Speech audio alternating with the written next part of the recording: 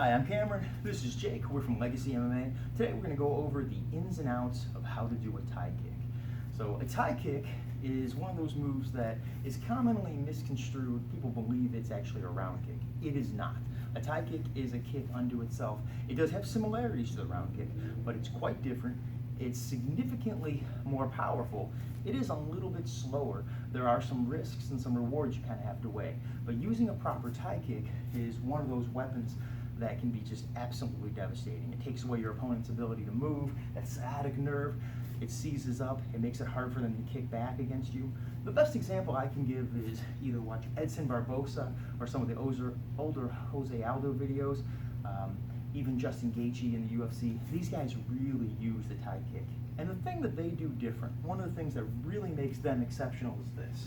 A round kick, I step over my gate up a tiny bit, and I come in, boom, and I throw it, and I end up landing right here, and I come back. Maybe I pivot a little bit harder than I just did, but essentially a round kick is just that. It kind of hits like a slap, and it makes a lot of noise, a very big clapping type noise. It does cause some superficial damage, but it doesn't go through to the bone. And what I really want to do is affect that femur and that sciatic nerve. A tie kick is different. All right, one of the things I want to do is I want to open my gate up. So I really want to step past my opponent. Step past, come up, and the kick should cut at an angle down, impacting with my shin bone.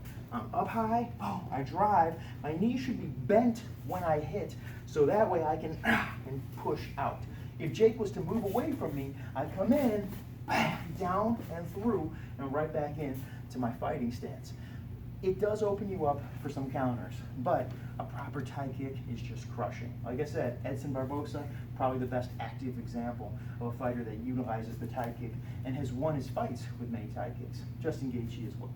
So we're here. I want to always throw a jab first. Don't throw what we call naked techniques. So don't just throw the tie kick by itself. It's not as fast as a round kick is, so it's a little bit easier for him to check or defend or counter against me. So I want to throw something, get him to think about something. I throw a jab, okay, and as I jab, I'm taking that little step. I throw that cross, I pre-pivot. This is giving him something to think about. Maybe he gets hit, maybe he doesn't. He probably blocks it, that's fine, because the tie kick is what I want to land. So boom, boom, I'm right here, and now turn my hips hard, come up, boom, and I want to hit, my heel should be pointing at him as I impact and try to spin through. So this, and down, and through. There's a lot of debate about where to keep your hands on a tie kick. Traditional Muay Thai fighters will come in and they'll crank their arm down. You get a lot of power out of it.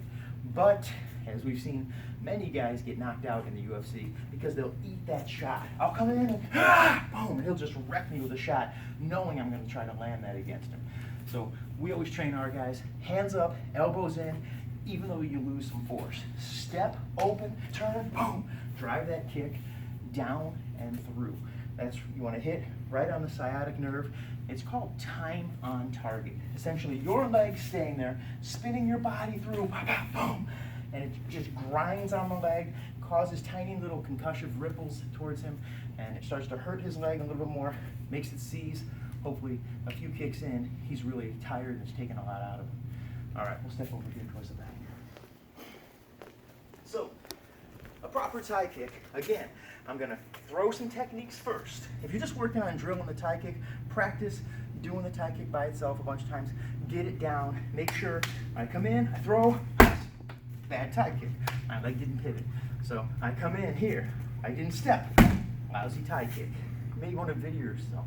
Watch, find out these tiny little problems that you're doing. So get used to, I'm here, 1, 2, I step off line, pivot and point my heel as I throw that tie kick.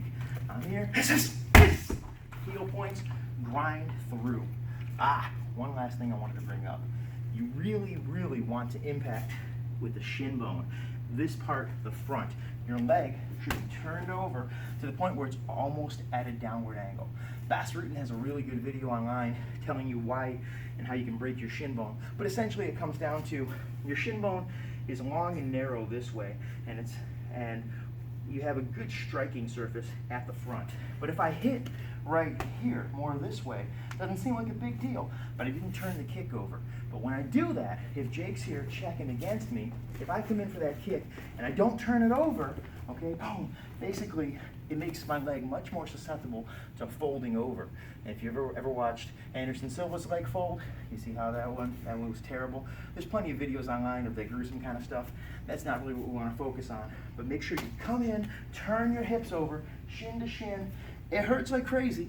Get your shins hardened up by practicing with the pads at first, and then hitting heavy things. Find some really heavy bags, and continue to go. Get those shins nice and hard, but turn it over all the time. Save yourself a broken shin bone. So that's some of the ins and outs, ways to land a Thai kick, some of the secrets to having a better Thai kick. On camera, this is Jake. We're from Legacy MMA.